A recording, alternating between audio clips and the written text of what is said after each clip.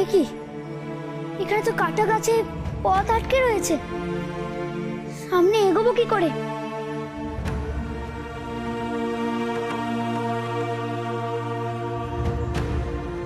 না না, ফিরে যাওয়ার পথ যখন নেই তখন এই কাটা গাছের মধ্যে দিয়ে আমাকে এগিয়ে যেতে হবে। আমার যা হয় হোক।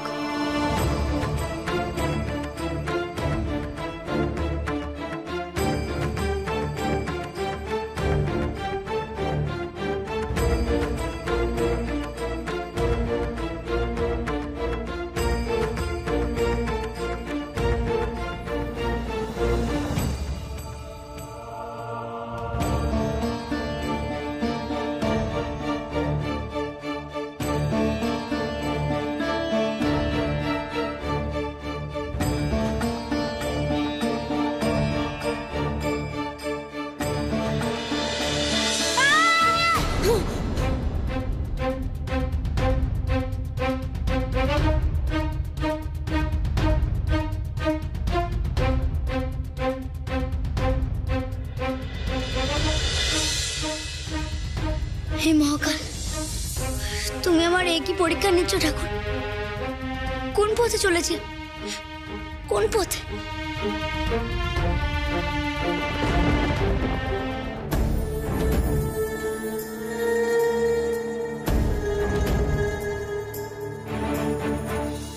কে তুই? কে? এইখানে এলি কি করে? এখানে আমাকে একটা কুকুর নিয়ে এসেছে গো। আমি আর ফিরে যাওয়ার পথ খুঁজে পাচ্ছি না।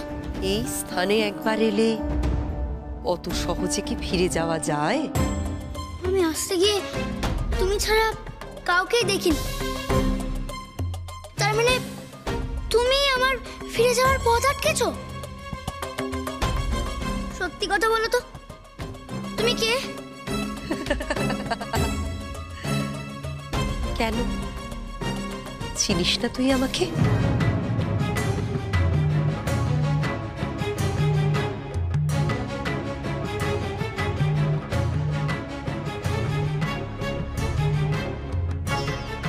ওই মুখ বড় চেনা চেনা ঠেকছে, যেন কত জন্মে দেখেছি ওই মুখ।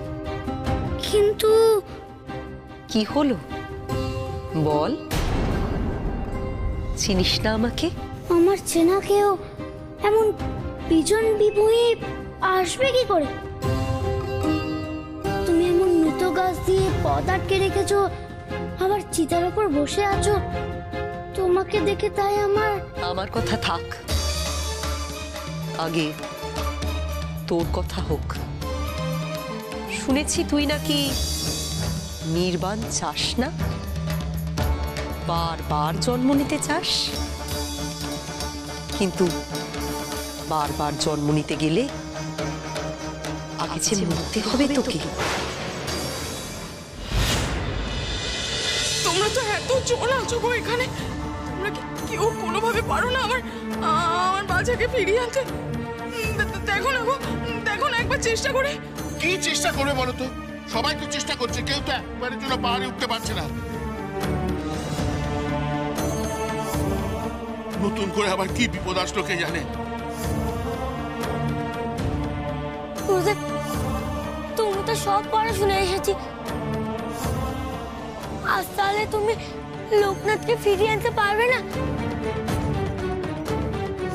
কোনো উপায় কি তোমার জানা নেই? বেনিরে, জীবনে এত অসহায় অবস্থায় আমি কোনোদিনও পড়িনি রে।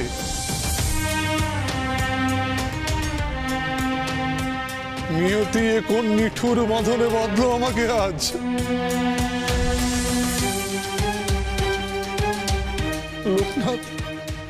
লোকনাথ কেবল আমার শিষ্য নয়, সে আমার সন্তানের মতো। আর আজ আমি তার কাছে শত চেষ্টা করেও পৌঁছতে পারছি না। আপনি এমন ভাবে ভেঙে পড়বেন না, ভরসা আমাদের রাখতেই হবে। কিভাবে ভরসা রাখবো? ওই বিপজ্জনক স্থানে ছেলেটা একা, ওর কোনো সংবাদ নেই আমাদের কাছে। হায় ঈশ্বর, যে মানুষ ওই বিপজ্জনক পথে একাকে এগিয়ে যেতে পারে সে নিশ্চয়ই ঈশ্বরের কৃপাধন্য। এটাই আমার বিশ্বাস। আমার বিশ্বাস আমাদের ছোট সন্ন্যাসী ঠিক ফেরার পথ আবিষ্কার করবে। ও ঠিক আবার ফিরে আসবে আমাদের মাঝে। ঈশ্বর ওকে সহায়তা করবেই। তাই যেন হয়, তাই যেন হয়। ঠাকুর যেন আমার ছোট সন্ন্যাসীকে রক্ষা করে।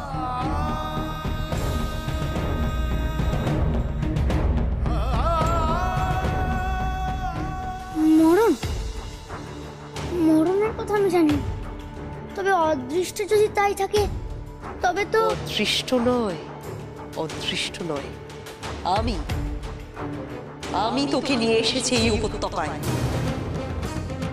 প্রথম মরণ তবে তোর এখানেই হোক। তাই যদি আমার সঙ্গে হওয়ার থাকে তবে তো, কিন্তু তুমি কি করে জানলে আমি নির্বাণ চাই না? তুই যে পাহাড়ের কোলে দাঁড়িয়ে এই কথাগুলো বলেছিলি, পাহাড়ের আনাচে কানাচে ছড়িয়ে পড়েছে তোর কণ্ঠ। ভাবলি কি করে ওই কণ্ঠ আমার কান অব্দি পৌঁছবে না? তুমি ভগবান তথাগত হতে চাও না? ভগবান তথাগতর থেকে আমার পথ আলাদা। উনি নির্বাণের পথে মানুষের রোগ জরা দুঃখের নিবারণের পথ খুঁজেছিলেন, কিন্তু আমি তো সামান্য লোকনাথ। আমি যে মুক্তি চাই না, আমি চাই মানুষের পাশে থেকে তাদের দুঃখ কষ্ট দূর করতে। কি মনে পড়লো এবার? আমি যা বলেছি সত্যি বলেছি। সত্যি বলার জন্য আমার মনে সাহস আছে। আমার আর ভগবান তথাগতর পথ আলাদা। উনি নির্বাণের পথে রোগ ব্যাধি চড়া থেকে মুক্তির উপায় খুঁজেছিলেন, আর আমি তো মানুষের পাশে দাঁড়িয়ে তাদের দুঃখ কষ্ট দূর করতে যাই। সেই উদ্দেশ্য নিয়েই তো আমি সাধনা করতে বেরিয়েছি। দুঃসাহস, দুঃসাহস! তুই ভগবান বুদ্ধের পথকে অস্বীকার করছিস? না গো, আমি যে অস্বীকার করিনি। আমি তো কেবল বলছি ও পথ যে আমার নয়। আমি যে জগৎটাকে চিনতে বেরিয়েছি। আমি এক ধর্মের সম্পর্কে জেনেছি, আরো অনেক ধর্মের সম্পর্কে হয়তো আমি জানবো, শিখব। সবার সবার ঈশ্বরের মধ্যেই আমি আমার মনের ঈশ্বরকে খুঁজবো গো। বটে? হ্যাঁ গো, আমি যে সকলের মধ্যে থেকে যেতে চাই। নির্বাণ লাভ করলে যে এ জগতে ফিরে যাবে না, মানুষের মধ্যেকার ভগবানকে যে সেবাও করা যাবে না। ভগবান বুদ্ধ যে নিজেই ভগবান গো। নির্বাণ তো তাকেই মানায়, তাই না? আমি তো কেবল ভক্ত, বারবার এই জগতে ভক্ত হয়েই ফিরে আসতে চাই। বারংবার এই জগতে আমি ভক্ত হয়েই ফিরে আসতে চাই। তাই বুঝি? বেশ। শুনেছি প্রকৃত ভক্ত নাকি পাথরে ফুল ফোটাতে পারে। তুই ফোটা দেখি এই মৃত উপত্যকায় ফুল। তুই তো জন্ম জন্মান্তরে বিশ্বাস করতে চাস। দে দেখি এই মৃত গাছগুলিকে জন্মান্তর। ফোটা, ফোটা দেখি পদ্ম ফুল এই মৃত গাছে। আমি? হ্যাঁ, তুই। জেনে রাখ, আমি এই চিতায় নয়, পদ্মের আসনে উপবেশন করতে চাই। কর দেখি সে ব্যবস্থা। ফোটা দেখি তুই পদ্ম ফুল, তবেই তো বুঝবো তুই প্রকৃত ভক্ত কিনা। এই রুক্ষ প্রান্তরে ফুল ফোটাবো? পদ্ম ফুল? তা আবার কেমন করে? কেমন করে তা তুই নিজে বুঝতে পারছিস না? না মানে আমি ঠিক পদ্মের উপর পদ্মাসনে যিনি বসে আছেন তার আবরণ উন্মোচন কর, তাকে মুক্ত কর, তবেই এই মৃত উপত্যকা আবার প্রাণবন্ত হয়ে উঠবে। পদ্ম ফুলের সুগন্ধে ভরে উঠবে এই সমগ্র অঞ্চল। সকল মলিনতা দূর করে চারদিক হয়ে উঠবে সবুজ প্রাণবন্ত। তুমি এসব কি বলছো? কার কথা বলছো? কার আবরণ মোচন করতে হবে? পদ্মের উপর কে বসে আছে? যার মধ্যে মিলেমিশে এক হয়েছেন আদি যোগী, যার মধ্যে তোর ইষ্ট দেবতাও বিরাজ করেন, যার মধ্যে সব ধর্ম মিলেমিশে এক হয়ে গেছে, তার আবরণ উন্মোচন কর, তবেই তো পদ্ম ফুটবে। যা যা তুই।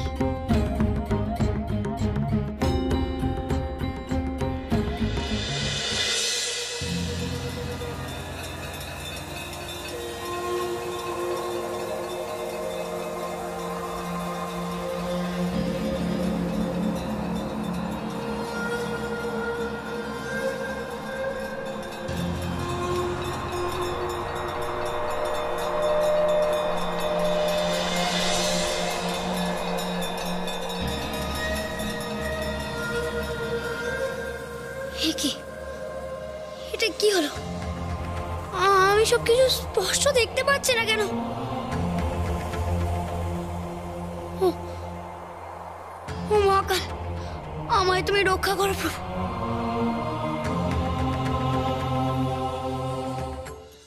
কি এই ঝড়ের মধ্যে তুমি কোথায় চলে গেলে?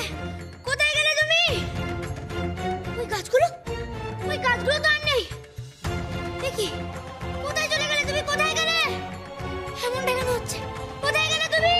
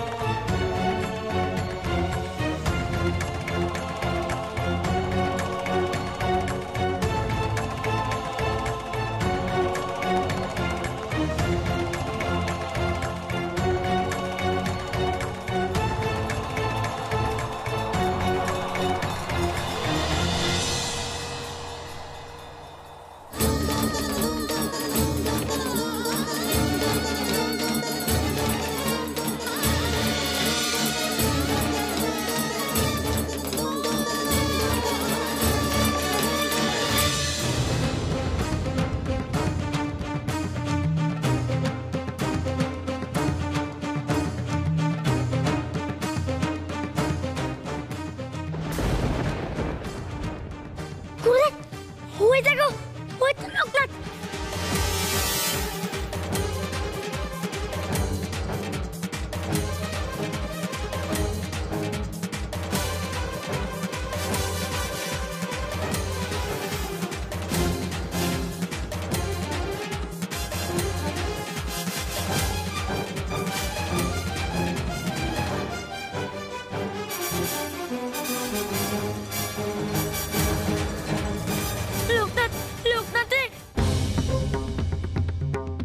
কতক্ষণ পড়ে আছে?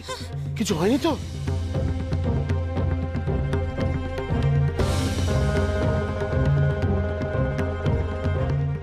না, ওর কিছু হয়নি। নাড়ির গতি সচল। কিন্তু ওদের সাড়া দিচ্ছে না গুরুদেব। ছোট সন্ন্যাসী মনে হয় ঝড়ের মধ্যে ওই উঁচু পাহাড় থেকে এখানে এসে পড়েছে, তাই সংজ্ঞা হারিয়েছে। ওকে এক্ষুনি এখান থেকে অন্য কোথাও নিয়ে যেতে হবে। তাহলে তাই করো না গো। না জানি এতক্ষণ ধরে কত যন্ত্রণা পেয়েছে বাছা। চুপ করে দাও, এখন এসব কথা বলার সময় নয়। যাও, ওকে তোলো, গুহায় নিয়ে চলো। চলো চলো চলো চলো।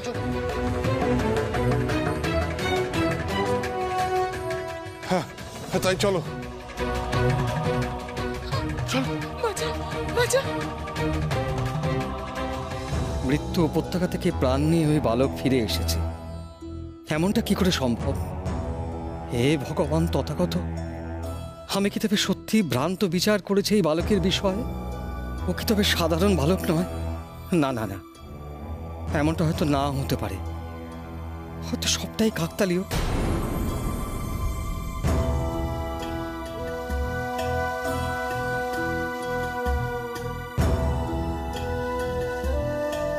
বারংবার কৌতূহলী হয়ে পড়ছে এই বালককে নিয়ে। সকলে মিলে ওকে এমনভাবে মেতে উঠেছে কেন? ওই মৃত পাহাড়ে বালকের ওঠা, জীবন্ত অবস্থায় ফিরে আসা, না না না, কোনো এক বিশেষ ক্ষমতা কি আছে ওই বালকের, নাকি সবটাই কেবল অলীক ভাবনা?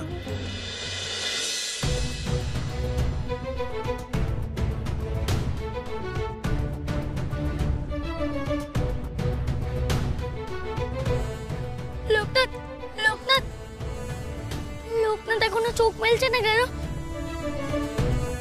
মনে হয় এতক্ষণ হিমশীতল স্থানে পড়েছিল বলেই দেহ সংকুচিত হয়ে সংজ্ঞাহীন হয়ে পড়েছে। ওর দেহে উত্তাপ দেওয়া প্রয়োজন।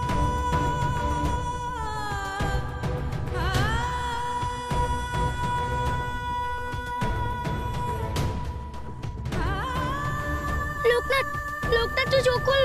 লোকনাথ, লোকনাথ, লোকনাথ তুই চোখ খোল। লোকনাথ, লোকনাথ।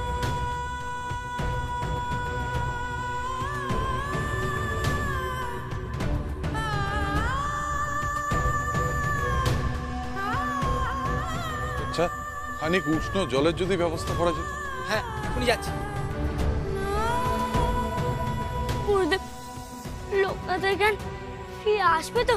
দুশ্চিন্তা করিস না বেনি, লোকনাথের জ্ঞান ঠিক ফিরে আসবে, আসবেই। ঈশ্বর সহায় আছেন। লোকনাথকে যে আবার চোখ মেলে চাইতে হবে বেনি, আবার চাইতে হবে।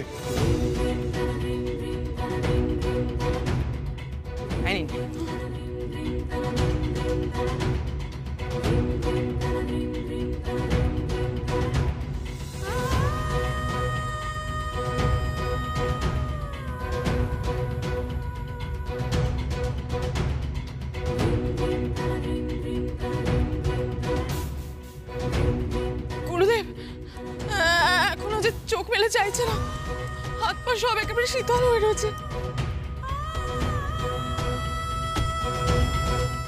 হে মহাকাল, লোকনাথকে যখন তুমি আমার কোলে ফিরিয়ে দিলে, তখন দয়া করে ওকে সুস্থ করে দাও প্রভু, দয়া করে সুস্থ করে দাও।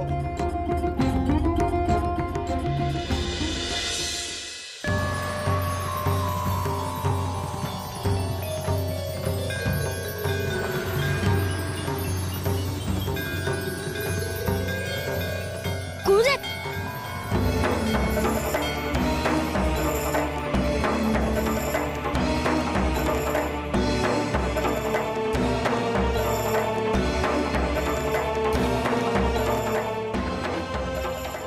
লোকনাথ, লোকনাথ,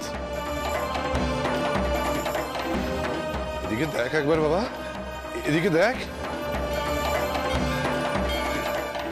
জয় মহাকালের জয়, জয় মহাকালের জয়।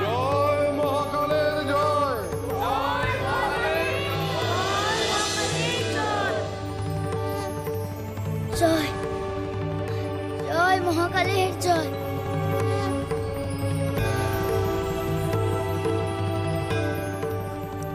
এখন এখন কেমন বোধ করছো বাছা?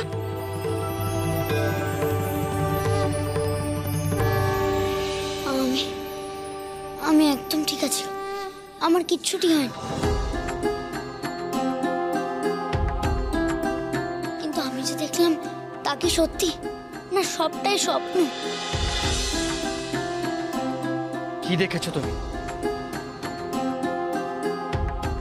সে এক আশ্চর্য মেঘ,